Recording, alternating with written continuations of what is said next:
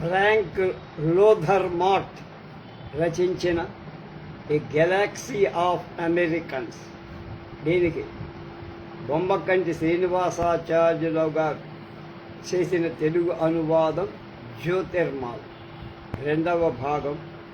ఇవాళ ఇద్దరు ప్రెసిడెంట్స్ గురించి, అమెరికన్ ప్రెసిడెంట్స్ గురించి నిన్న చెప్పుకున్నాం. ఇవాళ అబ్రహాం లింకన్ 1809లో జన్మించి 1865లో ఆయన మరణించారు. ఆయన గురించి మనం చెప్పుకుంటున్నాం. ఆయన అందరికీ తెలుసు. ఆయన మహానుభావులని మళ్ళా ఒక్కసారి చూస్తే మనకి ఒక స్ఫూర్తి, ఆనందం కలుగుతుంది. ఏబ్ లింకన్ అనే పేరుతో సుపరిచితుడైనటువంటి ఆయన జీవితం గురించి తెలుసుకుంటాం. 1809లో పుట్టి 1865లో అబ్రహాం లింకన్ షాట్ డెడ్ అంటే కాల్చి చంపబడ్డాడు. ఎన్నికల సందర్భంలో ఏకవేదిక మీద స్టీవెన్ ఏ డగ్లస్తో వాదోపవాదాలకు దిగే వరకు లింకన్ ప్రతిష్ట స్థానికంగానే ఉంటూ వచ్చేది. మొదట రాష్ట్ర శాసనసభలో ఆయన తన జిల్లాకు ప్రాతినిధ్యం వహించాడు. తర్వాత ఒక పదవీ కాలం కాంగ్రెసులో కూడా సభ్యుడిగా పనిచేశారు. 1856లో మొట్టమొదటిసారిగా రిపబ్లికన్ టికెట్ మీద ఉపాధ్యక్ష పదవికి నిలిచేందుకు ఆయన కొన్ని ఓట్లు సంపాదించగలిగారు. ఆ ఎన్నికలలో ప్రతిస్పర్ధి డెమోక్రాటిక్ పార్టీ ప్రముఖ నాయకులలో ఒకడైన డగ్లస్. అందుచేత లింకన్కి జాతీయ ప్రశస్తి సిద్ధించింది. తూర్పు ప్రాంతంలోని ఒక పత్రికల సమర్థులైన విలేఖకులు ఆ వాదోపవాదాల వార్తలు రాసి పంపారు.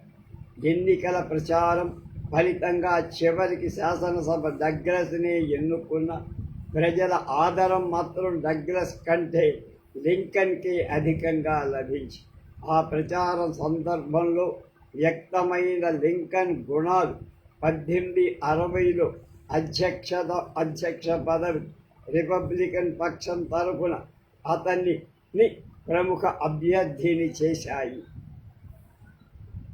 ఈ దిగువ ఇచ్చిన రెండు వృత్తాంతాలలో మొదటిది టెన్ డన్ వీక్ ప్రకటించిన లింకన్ డగ్లస్ చర్చలను అభివర్ణిస్తూ హొరేస్ వైట్ రాసింది. ఈ చర్చల కాలంలో వైట్ షికాగో ఈవినింగ్ జర్నల్కి విలేఖకుడిగా ఉండేవాడు. తర్వాత అతడు వరుసగా Chicago Daily Tribune, New York Evening Post పత్రికలకు సంపాదకుడయ్యాడు. లింకన్ డగ్లస్ చర్చలు వినేందుకు వచ్చిన జనసమూహాలను వర్ణిస్తూ ఈవినింగ్ పోస్ట్ పత్రిక తాలూకు చెస్టర్ పి. డ్యూయి రాసిన అంశాలు కూడా ఇందులో చేర్చబడ్డాయి. రెండవది వాల్ట్ విట్మన్ వ్రాసిన విలక్షణ దినాలు, స్పెసిమన్ డేస్ అనే గ్రంథంలోని వాషింగ్టన్ నగరానికి సంబంధించిన భాగం నుండి గ్రహింపబడి సంచార ఉపన్యాసకుడుగా లింకన్. నేను వ్రాయబోయే ఎన్నికల ప్రచారానికి 4 ఏళ్ల ముందు 1854 అక్టోబర్లో లింకన్తో నాకు పరిచయం ప్రారంభమై అప్పుడు నేను షికాగో ఈవినింగ్ జర్నల్ పత్రికలో పనిచేస్తున్నా. స్ప్రింగ్ ఫీల్డ్ నగరంలో జరుగుతున్న రాష్ట్ర వారోత్సవాల జాతీయ విశేషాల గురించి ఆ పత్రికకు వ్రాసి పంపే నిమిత్తం నన్ను అక్కడికి పంపించారు. ఆ విధంగా ఆ నగరంలో సనాతన ప్రభుత్వ భవనంలో లింకన్ ప్రసంగించినప్పుడు పత్రికా ప్రతినిధుల శ్రేణులలో నేను అగ్రశ్రేణిని ఆక్రమించడం జరిగింది. ఆ మహావక్త ఉపన్యాసం నన్ను పరవశుణ్ణి చేసి, అంతవరకు రాజకీయ ఉపన్యాసాలు నేను ఎక్కువగా వినల. అటు తర్వాత చాలా విన్నా, కానీ ఆనాటి ఆ లింకన్ ఉపన్యాసాన్ని మించిన ఉపన్యాసం ఆ తర్వాత లింకన్ కానీ మరొకరు కానీ చేయగా నేను వినలేదంటున్నారు. మానవ హృదయాన్ని, మనస్సుని స్పృశించటానికి అవసరమైన సర్వ పరికరాలు అతి నిపుణంగా అత్యంత శక్తివంతంగా ప్రయోగించబడ్డాయి.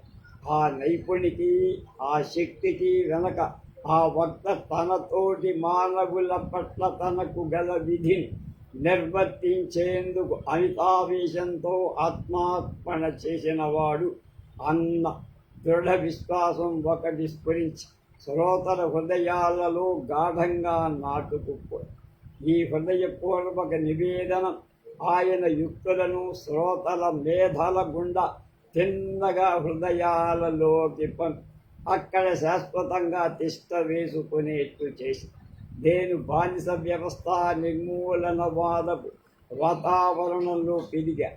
బానిసతనానికి సంబంధించిన ఏ అంశంలో అయినా లింకన్ కంటే చాలా ఎక్కువ తీవ్రవాదిగా ఉండేవాడిని విలేఖ చెప్తున్నారు. అయినప్పటికీ ఆ ఉపన్యాసం ముగిసేసరికి కాన్సాస్ నెబ్రాస్కా బిల్లు క్రూరత్వాన్ని గురించి అంతకు ముందు నాకు తెలిసింది చాలా తక్కువ అనిపించి పూర్వం ఎన్నడూ ఎరుగనంత ఎక్కువగా బానిసల పట్ల జరుగుతున్న అత్యాచారాల విషయంలో ఒక పౌరుడుగా నేను నిర్వర్తించాల్సిన విధులను బాధ్యతలను కూర్చిన భావాలు నాలో పెద్దుకాయి.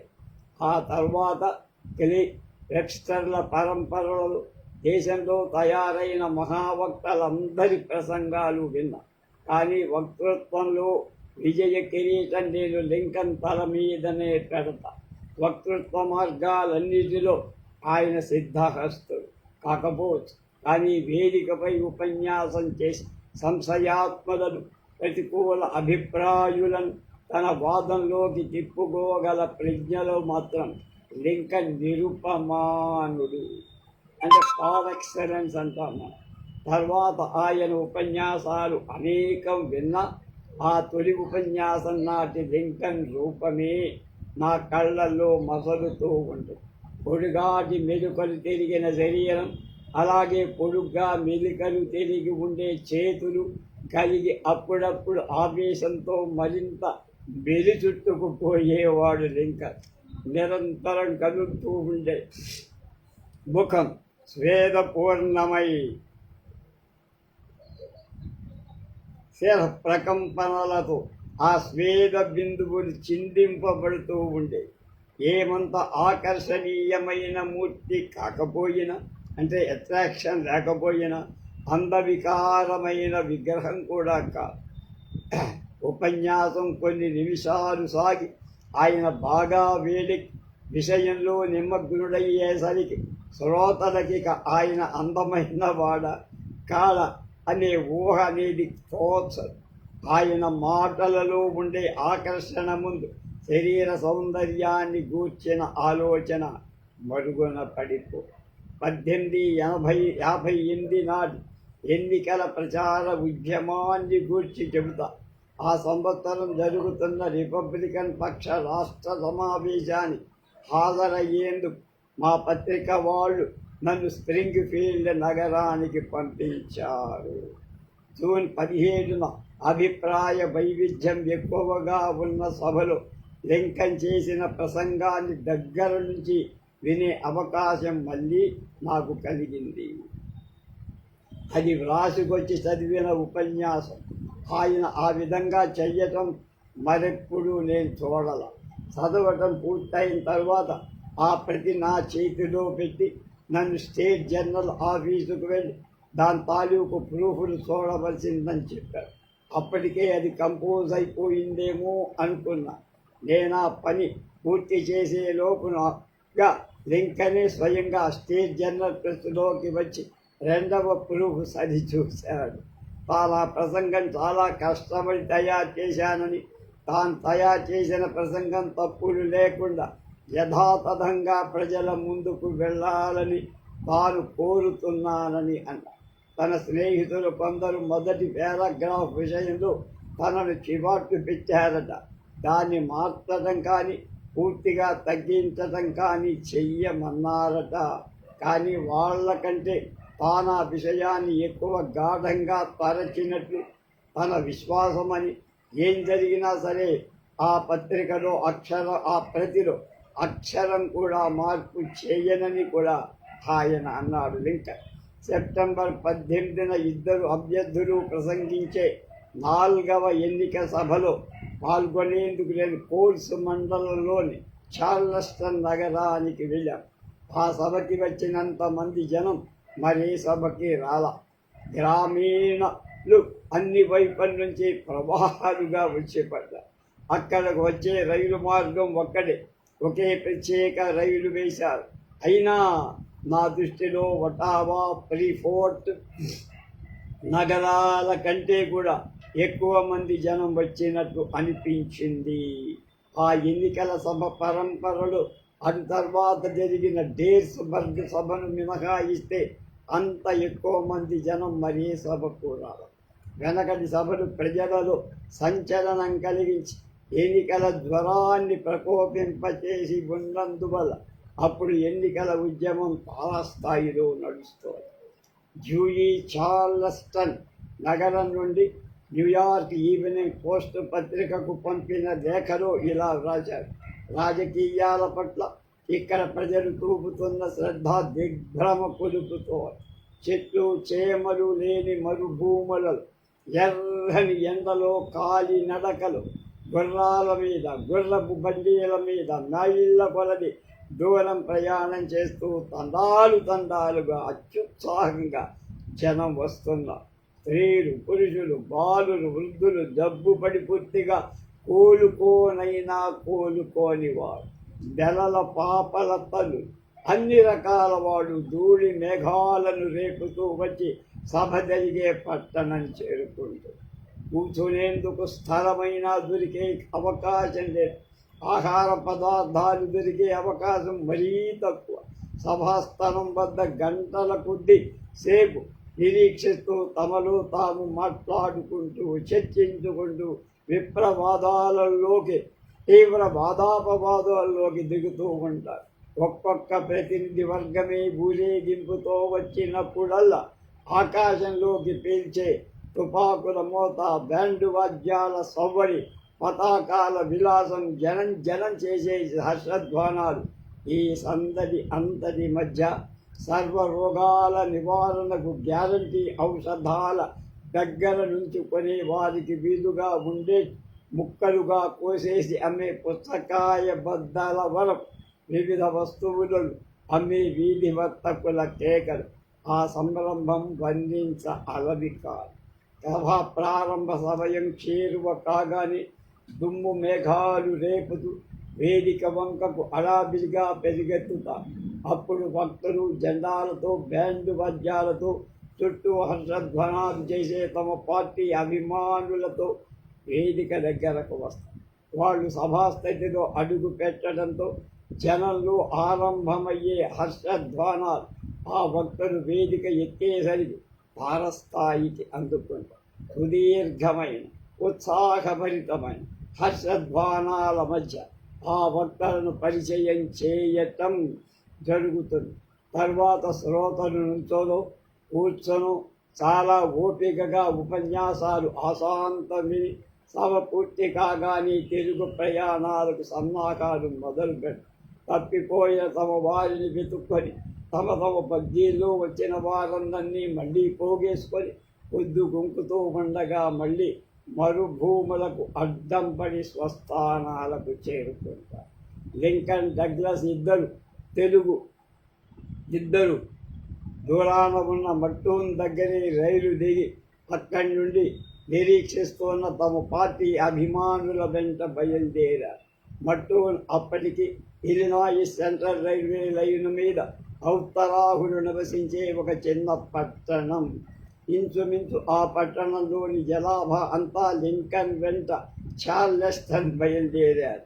ఆయన ఊరేగింపులో యూనియన్లోని 32 రాష్ట్రాలను సూచిస్తూ 32 మంది యువతులు గల ఒక రథం కూడా ఉంది.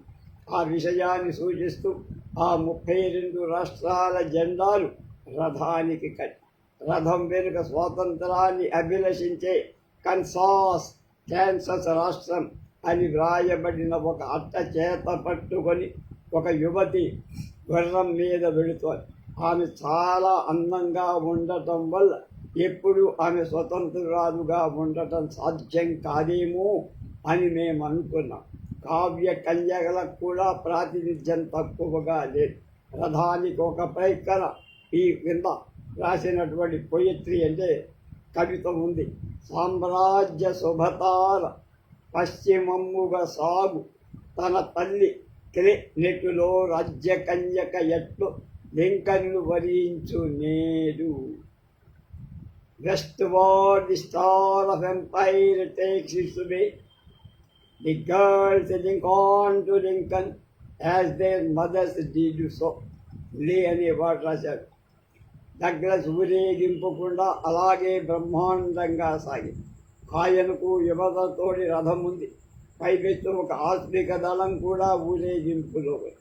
ఈ రెండు రథాలు ఊరేగింపులు ఆ రోడ్డు వెంట ఇంచుమించు అనంతంగా సాగిపోయాయి. సంగమాలైన రెండు ధూళి మేఘాలు ఆ ఊరేగింపును అనుసరించాయి. చార్లెస్టన్ సభకు ముందు లింకన్కు సెనేటర్ ట్రంబుల్ వద్ద నుంచి అనుకుంటా కొన్ని పత్రాలు అందాయి. డగ్లస్ 1856లో కన్సాస్ రాష్ట్రాన్ని దాని రాజ్యాంగ విషయంలో ప్రజలు ఓటు వేసే అవకాశం లేకుండా యూనియన్లో కలపాలని యత్నించినట్టు రుజువు చేసే కొన్ని అధికార పత్రాలను.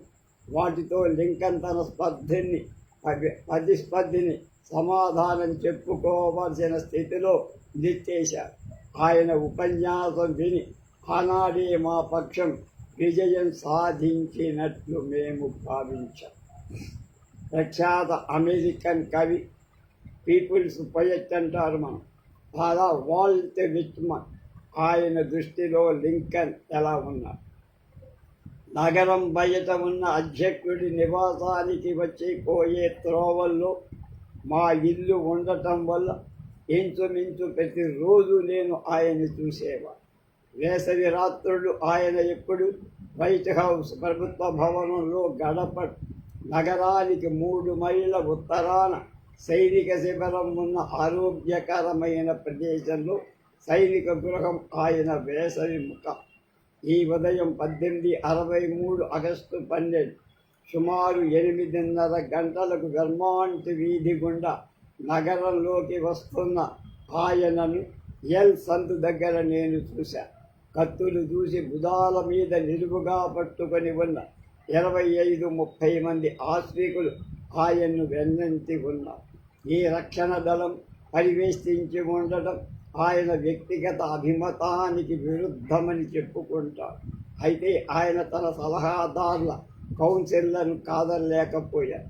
యూనిఫారం విషయంలో కానీ అశ్వాల అలంకరణలో కానీ ఆ పరివారం ఏమంత ఆకర్షణగా ఉండదు. లింకన్ సాధారణంగా ఒక గోధుమ వన్నె గల మధ్యమ ప్రమాణంలో ఉండే గుర్రం మీద బయలుదేరతారు.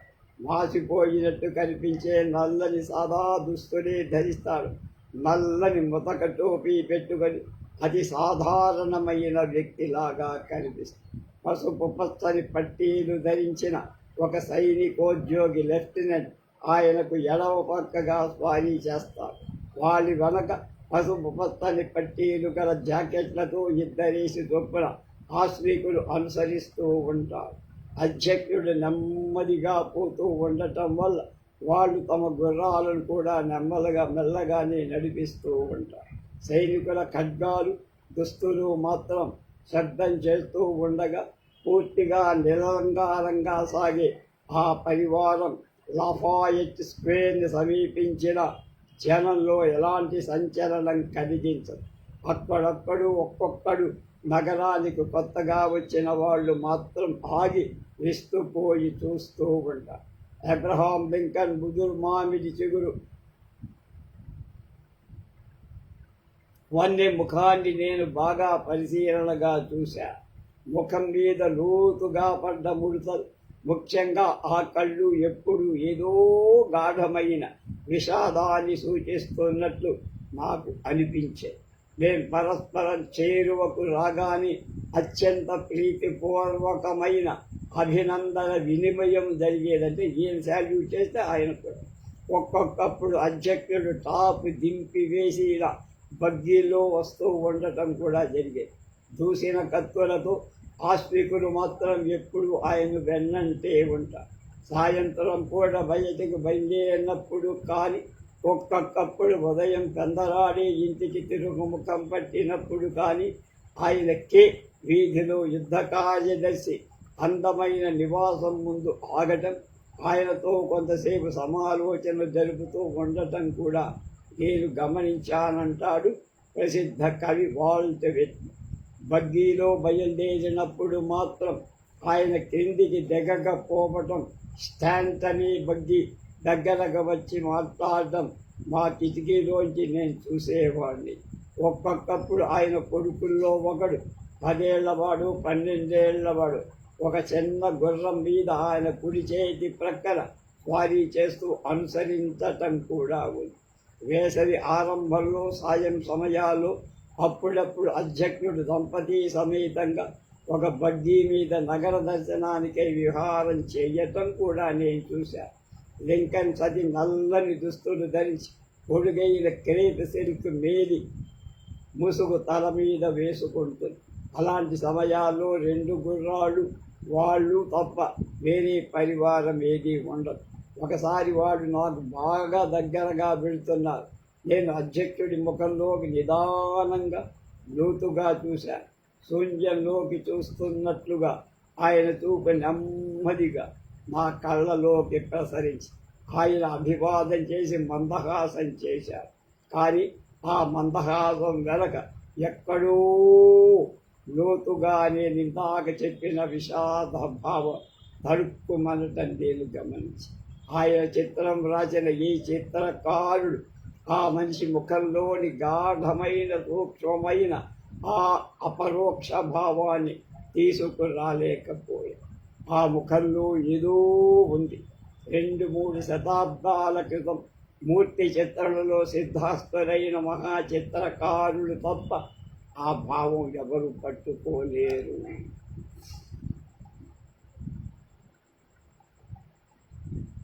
తర్వాత అమెరికన్ ప్రెసిడెంట్ థియోడర్ రూజ్వెల్ట్.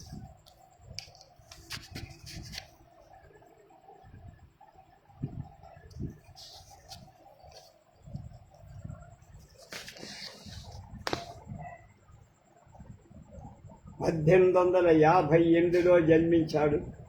42, 19, 61 ఏళ్ళు మాత్రమే జీవించాడు. టెడ్డీ అనే పేరుతో ఆయన అందరూ పిలుస్తారు. Teddy Roosevelt. Teddy Roosevelt America అధ్యక్ష పీఠం అలంకరించిన వ్యక్తులందరిలో ఎక్కువ ఆకర్షణ కళ, విలక్షణ వ్యక్తిత్వం కలవాడు.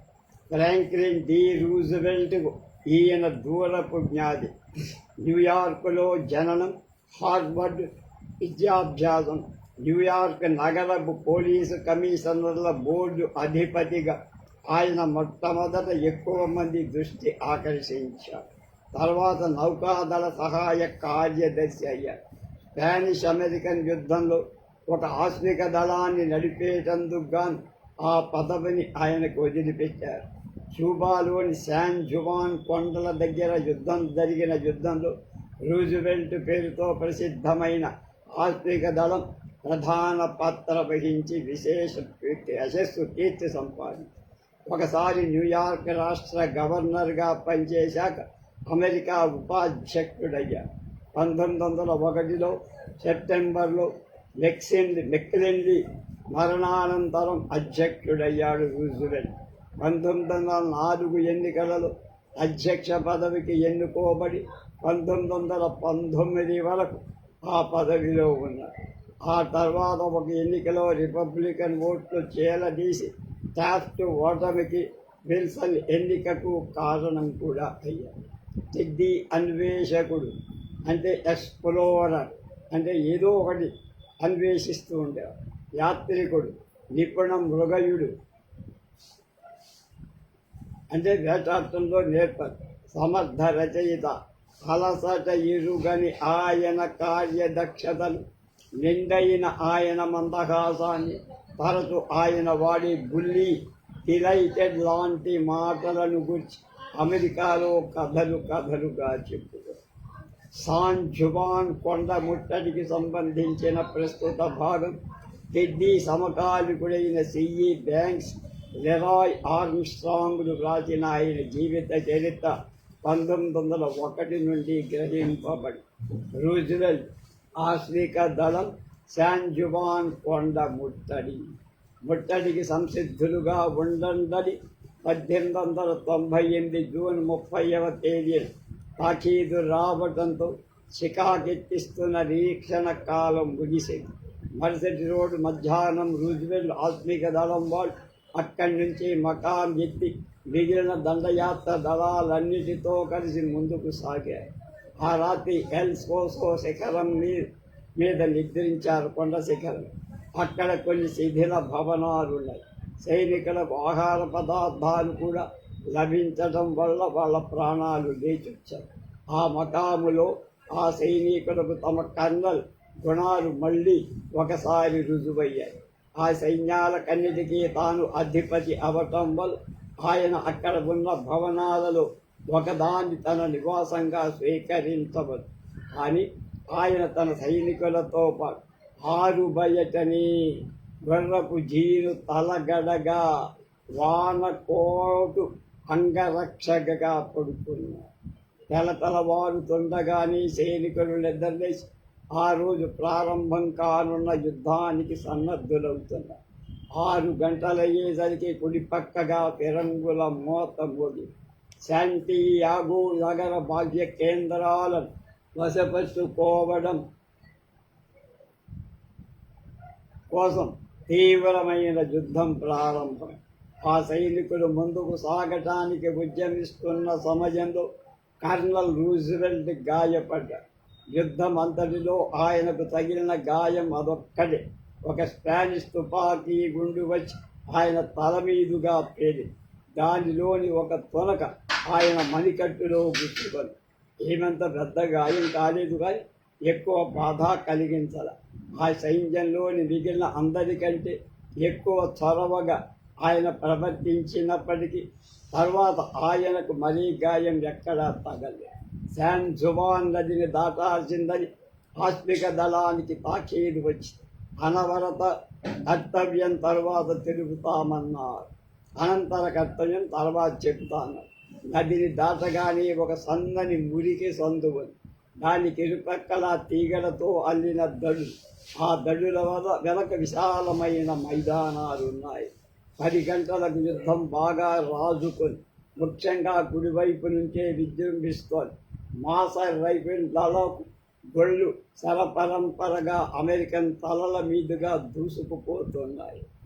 అక్కడ లభ్యమైన ఏ రక్షణ కింద దాక్కున్న ఒక్కొక్కప్పుడు అది వాళ్ళను గాయపరుస్తూ కూడా ఉన్నాయి. వాళ్ళు ముందుకు సాగాలనుకున్నారు, కానీ ఎదురు చూసిన తాకీదు 10 గంటల దాకా రాల. అప్పుడు షాఫ్టర్ సేనానికి ప్రతినిధి అయిన లెఫ్టినెంట్ మిలే అనిష్టంగానే పురోగమనానికి అనుజ్ఞ ఇచ్చారు.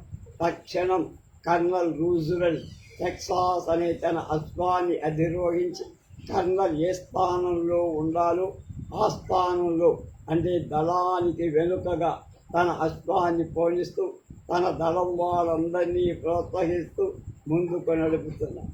ఆ సైన్యం కొన్ని పటాలాలుగా అంటే ప్లటూన్స్గా చీలి పురోగమిస్తుంది. ఒకసారి తన దళం ముందు భాగంలోని ఆశ్రికుడు క్రమంగా తన ఎడమ వైపు పక్కకు వస్తున్న కాల్బలంతో కలిసిపోతూ ఉండటం చూసి ఆయన చరచరా తన దళం అగ్రభానకాన్ని, అంటే నీగ్రోల దళమైన 9వ దళం వెనకకు వెళ్ళి సర్దుబాటు చేశారు. మొదటి కొండ శిఖరం చేరేసరికి అమెరికన్లు స్పానిష్ స్థావరాలకు 500 గజాల దూరంలోకి వచ్చేశామని గ్రహించారు. రైఫిల్ తూటాలతో శత్రువులను నిర్మూలింపజూసే ప్రయత్నం నిరర్ధకమని కర్నల్ రూజ్వెల్ట్కి అర్థమైపోయింది. ఆయన కాల్బలాలను నడుపుతూ ఉన్న ఉద్యోగులతో ఈ కొండలను ముట్టడించడంలో మీరు సహాయపడాలని మాకు తాకీదిచ్చారు అన్నారు. కానీ ఆ ఉద్యోగులు మళ్ళీ తాకీదు వచ్చే వరకు ఎదురు చూడటం తప్ప ఏం చెయ్యవద్దని మాకు వచ్చిన ఆదేశం అన్నారు. అది చాలా విపత్కరమైన ప్రదేశం. స్పానిష్ సైన్యాలు ఎడతెరిపి లేకుండా కాల్పులు జరుపుతున్నాయి. ఆ శత్రు సైన్యంలో తుపాకీ దళం వారు పొగరాని తుపాకీ మందు వాడుతూ ఉండటం వల్ల వాళ్ళ మీద మళ్ళీ ప్రతీకారం జరపటానికి వీలు లేకుండా పోయి ఆ పరిస్థితుల్లో రూజ్వెల్ట్ అంతకుముందు పౌర జీవితంలో ప్రదర్శించిన ఉదాత్త గుణాలను సైనిక రంగంలో కూడా ప్రదర్శించే అవకాశం కలిగింది. మీ ముట్టడిలో మాకు సహాయపడాలని నాకు వచ్చిన ఆదేశం అన్నాడు రూజ్వెల్ట్. అయి ఉండొచ్చు అన్నాడు కాల్బలం అధిపతి. ఇంకా మీరు పురోగమించడానికి ఆదేశం కోసం ఎదురు చూస్తున్నారు. అవును, అయితే సరే అని సైనిక ఆదేశాలు ఇయ్యగల ఉన్నతోద్యోగి ర్యాంకింగ్ ఆఫీసర్ ఎక్కడ ఎవరైనా ఉన్నాడేమో అని చుట్టూ ఒకసారి చూసి, ఇక్కడ ఉన్న వారందరికీ నేనే ఉన్నత ఉద్యోగిని, ముట్టడికి నేను అనుజ్ఞ ఇస్తున్నానన్నాడు గంభీరంగా. కాల్బలం అధిపతి నిర్విణ్యుడయ్యారు. తటపటాయించారు. మీరు రాకుంటే నా దళమే ముందుకు సాగిపోతుంది అన్నాడు కర్నల్ రూజ్వెల్ట్. ఆ మాట అన్న తక్షణం ఆస్తిక దళంలోని అగ్రశ్రేణి వారు స్పెయిన్ సైన్యాల గుండ్ల వర్షాన్ని కూడా లక్ష్యం పెట్టకుండా ముందుకు సాగారు. తమ నాయకుడి పట్ల రెట్టించిన గౌరవభావం, ఆయన వారిలో రేకెత్తించిన ఉద్యోత్సాహం వాళ్ళని పరవశుల్ని చేశాయి. వారాల బయలుదేరేసరికి కాల్బలం కూడా వెనక దిగబడి ఉండలేకపోయి వాళ్ళు కూడా అశ్వదళంతో పాటు శత్రువుల మీదికి ముందుకు నడిచారు. కర్నల్ రూజ్వెల్ట్ గుర్రం మీద స్వారీ చేస్తున్నందువల్ల తుపాకులు పేలుస్తూ ముందుకు సాగుతున్న కాల్బలం కంటే వేగంగా పోతూ ఆ కాల్బలాలను అదుపులో ఉంచడంలో ఆయా ఉద్యోగులకు సహాయపడుతూ వచ్చారు. ఏ ప్రదేశాల నుంచి ముట్టడి విజయవంతంగా సాగించవచ్చో ఆ స్థలాలను నిర్దేశించారు. ఆ సందు పక్కన తీగ కంచెల మీదుగా మూడవసారి తన గుర్రాన్ని దూకించిన తరువాత రూజ్వెల్ట్ ఆ గుర్రాన్ని వదిలేసి కాలినడకనే చేతికి తోపి ఎగరేస్తూ తన మనుషులను ప్రోత్సాహపరుస్తూ పరుగులు పెట్టసాగారు. ఆ కొండ చర్య అంతా సైనికమయమైపోయింది. ఆత్మిక దళం, కాల్బలం ఒకదాంతో ఒకటి కలిసిపోయి కొండకెగబాగుతున్నాయి. అంతకుముందు శత్రువు ఆక్రమించుకొని ఉండిన రక్షణ స్థావరాలు వాళ్ళు ఒకదాని వెంట ఒకటిగా పునరాక్రమించుకుంటూ పురోగమించారు. అలాంటి రక్షణ స్థావరాలు ఒకదాంట్లో కర్నల్ రూజ్వెల్ట్ తన మనుషులకు నేల మీద సాగిలపడి మరింత అనుకూల పరిస్థితి కోసం నిరీక్షించమని ఆదేశించి తిరిగి అక్కడి నుంచి బయలుదేరిపోయే వేళ అంతా గందరగోళమైపోయి ఇరుపక్షాల కాల్పులు నిరంతరాయంగా అధిక వినాశకరంగా సాగుతున్నాయి. కుడివైపున ఉన్న గట్టింగ్ తుపాకీ దళం శత్రువులైన స్పెయిన్ వారికి అశుభ సూచకంగా గర్జిస్తారు. కర్నల్ రూజ్వెల్ట్ తన దళాన్ని బయలుదేరమని ఆదేశించారు. కానీ అతని గొంతు వాళ్ళకి వినపడల. తాను మాత్రం కందకంలో నుంచి బయటకు దూకి ముందుకు సాగారు. అతనికి దగ్గరలో ఉన్న నలుగురు మాత్రం ఆయన్ని అనుసరించారు. 100 గజాలు ముందుకు సాగిన తరువాత అతనంతా వెంట రావటం లేదని గుర్తించారు.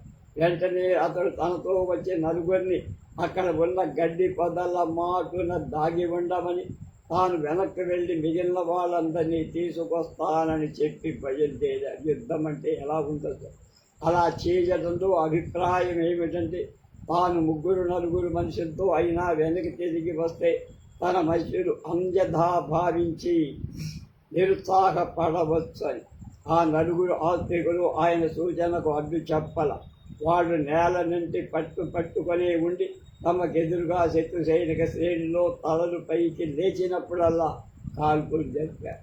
తన దళం వారు వెంటనే తన ఆదేశాన్ని పాలించనందుకు కర్నల్ రూజ్వెల్ట్కి చికాకు కలిగి వెనక్కు పరిగెత్తుకు వెళ్ళి వాళ్ళ మీద అరిచాడు. ముందుకు సాగమని నేను ఆదేశిస్తే మీరెందుకు కదలే? వాళ్ళు నిర్వీర్యులయ్యారు. మీకు మా కంఠం మాకు మీ కంఠం వినిపించలేదు కర్నల్ అన్నారు. సంజాయిషి చెప్పారు. వెంటనే ఆ దళమంతా అతని వెంట బయలుదేరి కాల్బలంలోని వాళ్ళు కూడా కొందరు అనుసరించి వాళ్ళందరూ ఆ కొండ శిఖర ప్రాంతం చేరుకునేసరికి స్పానిష్ సైన్యాలు ఆ అమెరికన్ దళ సాహసానికి ఆశ్చర్యపడి అక్కడ ఉన్న అద్భుతమైన రక్షణ స్థావరాలను వదులుకొని కొండ చర్యల మీదుగా కిందకి పలాయనం చెత్తగించారు. రూజ్వెల్ట్ అశ్విక దళం వాళ్ళు ఇతర దళాల వాళ్ళు కలిసి ఆ విధంగా కొండ శిఖరం ఆక్రమించుకోగానే ఆ దళాలలో బ్రహ్మాండమైన హర్షధ్వానాలు చెలరేయి. ఏమిటంటే అక్కడి నుంచి దిగువకు కనుచూపు మేరలో శాంతియాగో క్యూబాలోని తాలూకు తెల్లని గోడలు ఎర్రని పెంకులు లేచిన ఇళ్ల కప్పులు కనిపిస్తాయి. జూలై 1వ తేదీనికి యుద్ధం ఆ విధంగా ముగిసింది.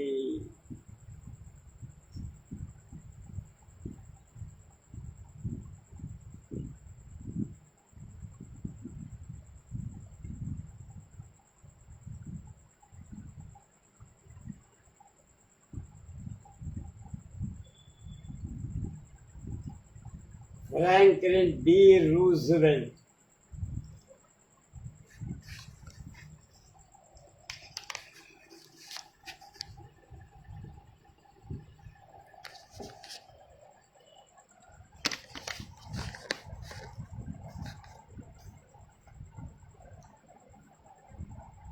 (1882 1945) రెండవ ప్రపంచ యుద్ధంలో అయింది.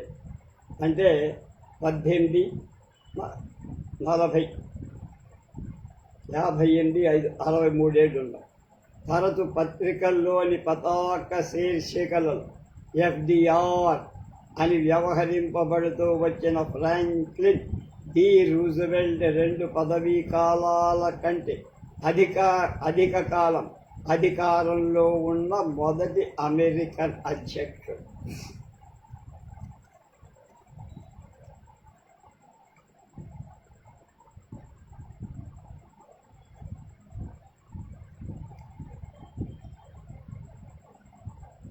హార్వర్డ్ విశ్వవిద్యాలయంలో పట్టభద్రుడై మొదటి ప్రపంచ సంగ్రామ కాలంలో నౌకాదళ శాఖ ఉపమంత్రిగా పనిచేసి 1920లో ఉద్యోగానికి రాజీనామా ఇచ్చి ఉపాధ్యక్ష పదవికి పోటీ చేసి ఓడిపోయారు. మరుసటి సంవత్సరం వ్యాధిగ్రస్తుడై కొన్నేళ్ల పాటు ఆ వ్యాధితో పోరాడి చివరికి ఎలాగో కోలుకో 2 పదవీ కాలాల పాటు న్యూయార్క్ రాష్ట్ర గవర్నర్గా పనిచేసి మొట్టమొదటిసారి 1932లో అధ్యక్షుడిగా ఎన్నికయ్యారు. ఆర్థిక సాంఘిక సంస్కరణలకు సంబంధించిన నూతన ప్రణాళిక న్యూ డీల్ నేతృత్వం ద్వితీయ ప్రపంచ యుద్ధ కాలంలో ఆయన ప్రదర్శించిన ప్రభుత్వ నిర్వహణ చాతుర్యం విదిత. ఈ దిగువ పదచిత్రం 1920లో గవర్నర్ ఎం కాక్స్కు పోటీగా రూజ్వెల్ట్ పేరు ప్రతిపాదించబడిన వెంటనే ఇండిపెండెంట్ పత్రికకు రిచర్డ్ బుకెల్ అని ఆయన రాసిన వ్యాసం. నిత్య యవ్వనుడైన రూజ్వెల్ట్. ఫ్రాంక్లిన్ రూజ్వెల్ట్ యువకు. అతని యవ్వనం దానిలోని ఒక భాగమే అయిన స్నేహశీలం. ఇవి 2 ఉపాధ్యక్ష పదవికి నేడు డెమోక్రాటిక్ పక్ష అభ్యర్థులు ప్రముఖంగా కనిపించే లక్ష్యం. అతడు జాగిలమంత స్నేహపాత్రుడు, అంటే విశ్వాసం. వయోధికుడిగా కనిపిస్తే బాగుండును అనిపించేంత యవ్వన భావ విలసి. రూజ్వెల్ట్తో మాట్లాడేటప్పుడు చాలా ఇతర విషయాలు కూడా మనల్ని ఆకర్షించవచ్చు, కానీ ప్రధానంగా కొట్టవచ్చినట్టు కనిపించేది మాత్రం అతడి యవ్వనమే. అతని వయస్సు 38 ఏళ్ళు. వంపులు తిరిగి ఉండే ఆ జుట్టు వల్ల, కసరత్తు చేసినట్టుండే అవయవ సౌష్ఠవం వల్ల చాలా చిన్నవాడుగా కలడు. తన రాజకీయ జీవిత ప్రగతిలో తాను లేతగా కనిపించడం ఒక పెద్ద ప్రతిబంధకంగా ఉన్నట్టు ఆయన బాధపడుతూ ఉండాడు. కానీ ఈ విషయంలో శాన్ ఫ్రాన్సిస్కో సమావేశం తర్వాత అతని అభిప్రాయం మారిపోయి ఉండొచ్చు. దూరదృష్టి గల రాజనీతివేత్త అవటం వల్ల ఆయన ఆనాడే మున్ముందు తాను అధ్యక్ష పదవి ప్రతిపాదింపబడటం గుర్తించి కూడా ఉండొచ్చు. వాషింగ్టన్లో మాత్రం ఎవరు ఆనాడు ఈ విషయాన్ని ఊహించాల. ఆ మహాసభలోని అతని ప్రవర్తన కూడా అతడు అధ్యక్ష పదవిని ఆశిస్తున్నట్టు సూచన కూడా లేదు. జీవితంలో అతని విజయానికి అతని పేరు చాలా వరకు కారణం అవ్వడం నిర్వివాదాంశం. ఈ దేశానికి రూజ్వెల్ట్ పేరంటే తగని అభిమానం. అందరూ రూజ్వెల్ట్లు ముక్కుకు సూటిగా పోయేవాళ్ళే అనే విశ్వాసం ప్రజల్లో వ్యాపింది. రూజ్వెల్ట్ వంశీకుల్లో రిపబ్లిక్ పక్షంలో ఉన్నవాళ్ళు వీళ్ళే ఎక్కువ మంది. ఓట్ల అభ్యర్థనలో డెమోక్రాట్లు కూడా రూజ్వెల్ట్ పేరు విషయమై ప్రస్తావిస్తూ ఉన్నందుకు ఎప్పుడు చికాకు పడల. ఈ ఫ్రాంక్లిన్ రూజ్వెల్ట్ కర్నల్ రూజ్వెల్ట్కి ఏమవుతాడు? ఆ మహాపురుషుడికి ఈయన 5వ తరం జ్ఞాత లేక 2వ తరం జ్ఞాత? ఈ విషయంలో అయినా థియోడర్ రూజ్వెల్ట్తో పోలికలున్నాయా లేక థియోడర్తో పోలికలున్నాయా? ఉపాధ్యక్ష పదవికి డెమోక్రాటిక్ అభ్యర్థిగా విషయమై ఈ ప్రశ్నలు తరచూ వస్తూ ఉండేవి. ఈయన తండ్రి జేమ్స్ రూజ్వెల్ట్ థియోడర్ రూజ్వెల్ట్కి 4వ తరం జాతి. ఆయన సోదరుడైన జేమ్స్ రూజ్వెల్ట్ కూతురు కర్నల్ రూజ్వెల్ట్కి సోదర పుత్రుడైన థియోడర్ డగ్లాస్ రూజ్వెల్ట్కి ఇచ్చారు.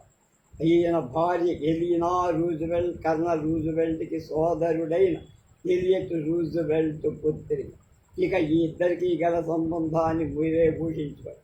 రూజ్వెల్ట్నే ఈ ప్రశ్న అడిగినప్పుడు పూర్వాధ్యక్షుడికి తాను దూరపు బంధువునని, ఆ బాంధవ్యం జ్ఞాపకం ఉంచుకోవటానికి కానీ వివరించి చెప్పటానికి కానీ దుష్కరమైన తికమకలతో కూడి ఉందని అన్నాడు ఈ రూజ్వెల్ట్. తన సోదరి పుత్రిక డెమోక్రాటిక్ పక్షానికి చెందిన ఈ ఫ్రాంక్లిన్ రూజ్వెల్ట్ను వివాహం చేసుకోదలచినప్పుడు దానికి తన ఆమోదం తప్ప కర్నల్ రూజ్వెల్ట్ ఈ రూజ్వెల్ట్కి చేయని సహాయం ఏమీ లేదు. రాజకీయాల్లో ఆయన సహకారం కానీ కనీసం సలహా సంప్రదింపులు కానీ ఈయనకెప్పుడు రాలేదు. రాజకీయాలను గూర్చి ఫ్రాంక్లిన్కు తెలిసిన సమస్తము స్వయం కృషి వల్ల తెలుసుకున్నది. న్యూయార్క్ రాష్ట్ర ప్రభుత్వ ఉద్యోగాలలో ఉన్న డెమోక్రాటిక్ పక్షం వాళ్ళందరి తాలూకు పేర్లు సంగ్రహ చరిత్రలు గల 8 అరల పెద్ద మేజా వల్ల ఆయన ఆఫీసులో ఉండటం ఆయన ఎంతో రాజకీయ పరిజ్ఞానం కలవాడు అంటానికి ప్రబల నిదర్శనం. పత్రికలలో ఫ్రాంక్లిన్ రూజ్వెల్ట్ జీవిత చరిత్ర రాసిన వాళ్ళు ఈ రూజ్వెల్ట్కి ఆయన దూరపు బంధువుకి మధ్య గల కొన్ని సామ్యాలు చెప్పారు.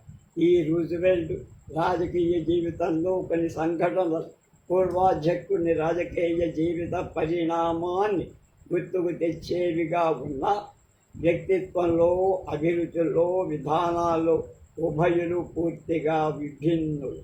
ఉభయులు హార్వర్డ్ విశ్వవిద్యాలయ పట్టభద్రులే. ఉభయుల రాజకీయ జీవితానికి ఆల్బనీలోనే అంకురార్పణది. ఉభయులు సరిగ్గా విదేశాలతో యుద్ధాలకు పూర్వం నౌకాదళ ఉపమంత్రులుగా పనిచేసిన వారు.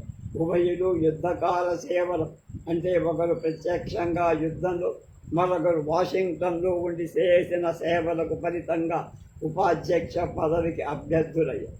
ఇంతవరకు ఉభయుల మధ్య సామ్యం. తన పార్టీ తరఫున అధ్యక్ష పదవిని అభ్యర్థిగా అందించిన గవర్నర్ కాక్స్ లాగానే ఫ్రాంక్లిన్ డి రూజ్వెల్ట్ కూడా తాను వాస్తవికమైన రైతునని సగర్వంగా చెప్తారు. తాను జన్మించిన న్యూయార్క్ రాష్ట్రంలోని డచెస్ కౌంటీలోని హైడ్ పార్కులో రూజ్వెల్ట్ సాగు చేసే పొలం నమూనా వ్యవసాయ క్షేత్రం లాంటిది కాదు. బ్రహ్మాండంగా పంటలు పండే సువిశాలమైన క్షేత్రం. ప్రభుత్వ నౌకా కేంద్రంలోని కార్మిక సంఘ నాయకుడు జీతాలు ఎక్కువ చెయ్యమని ఒత్తిడి చేసినప్పుడు ఆయన సానుభూతితో ఇలా అన్నాడు. ఏమని? జీవిత వ్యయ ప్రమాణం పెరిగిపోవడం క్రమంగా ఒక క్లిష్ట సమస్యగా పరిణమిస్తోంది. ఈ మధ్య ఒకసారి నా భార్య ఆహార పదార్థాలకు చెల్లించే మొత్తం నేను కళ్ళారా చూశాను. అవి దారుణంగా ఉన్నాయి. ధరల పెరుగుదల నిరోధానికి మనం ఏదో ఒకటి చేయాలి. నాలాగా 5 బిడ్డలు 11 నౌకర్లు ఉన్న ఆసామీ జీవితం దుష్కరమనిపించేట్టుగా పరిస్థితులు విషమిస్తుంది. ఈ చిత్రంగా ఆయన 11 నౌకర్లలో ఎక్కువ మంది వ్యవసాయ కార్మికులే. వ్యవసాయ సమస్య ఆపిల్ పళ్ళ పీపాలను నియత పరిమాణాలు ఉండాలా అక్కర్లేదా అనే సమస్య ఆల్బనీ రాష్ట్ర సెనేట్లో రూజ్వెల్ట్ ఎన్నిక అవ్వడానికి కారణమై 28 ఏళ్ళు వరుసగా రిపబ్లికన్ పక్ష అభ్యర్థులని సెనేట్ ప్రతినిధులుగా ఎన్నుకున్న ఒక జిల్లాలో ప్రోగ్రెసివ్ డెమోక్రాటిక్ పక్ష అభ్యర్థిగా నిలిచి వ్యవసాయదారుల ఓట్లతో కొద్ది తేడాతో రూజ్వెల్ట్ గెలిచారు. అప్పటికి ఆయనకు 28 ఏళ్ళు మాత్రమే. సెనేట్ భవనంలో అడుగు పెట్టడంతోనే ఆపిల్ పళ్ళ పీపాల సంగతి పూర్తిగా మర్చిపోయి ఇతడు మొదటి వారంలోనే పలుకుబడి గల తామనీ వర్గంతో కత్తులు చూశారు. కేంద్ర ప్రభుత్వం సెనేట్లోకి ఛాన్స్ ఎంపీ స్థానానికి తామనీ వర్గం వారు నిలిపిన అభ్యర్థి విలియం ఫ్రాన్సిస్ పిషాన్. రూజ్వెల్ట్ ఆ స్థానానికి ప్రత్యర్థిగా నిలబడుతున్నట్టు తెలిసినప్పుడు ఆ వర్గం వారికి తమకు విజయం సులభ సాధ్యమనిపించింది. ఈ వర్గపు కేతనం మీది వ్యాఘ్ర లాంఛనం ముఖంలో మందహాసం విరిసింది.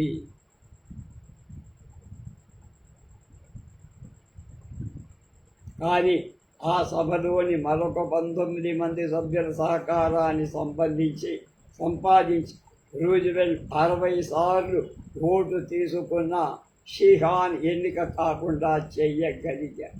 చివరికి 64వసారి ఓటింగ్ జరగగా ఇద్దరూ కాకుండా మరొక అభ్యర్థి ఎన్నుకోబడ్డారు. తామనీ వర్గం మీద చిట్ట చివరకు రూజ్వెల్ట్ సాధించగలిగిన ఘన విజయం అతని పేరును ప్రముఖ వార్తలలోకి తెచ్చి కేంద్ర ప్రభుత్వం సెనేట్ సభ్యులను ప్రత్యక్షంగా ప్రజలే ఎన్నుకునేందుకు వీలుగా రాజ్యాంగాన్ని సవరించాలన్న ఆందోళన దేశమంతటా బలం చేకూరి సుమారు 10 ఏళ్ల పాటు నిర్విరామంగా రూజ్వెల్ట్ తామనీతో పోరాడాడు.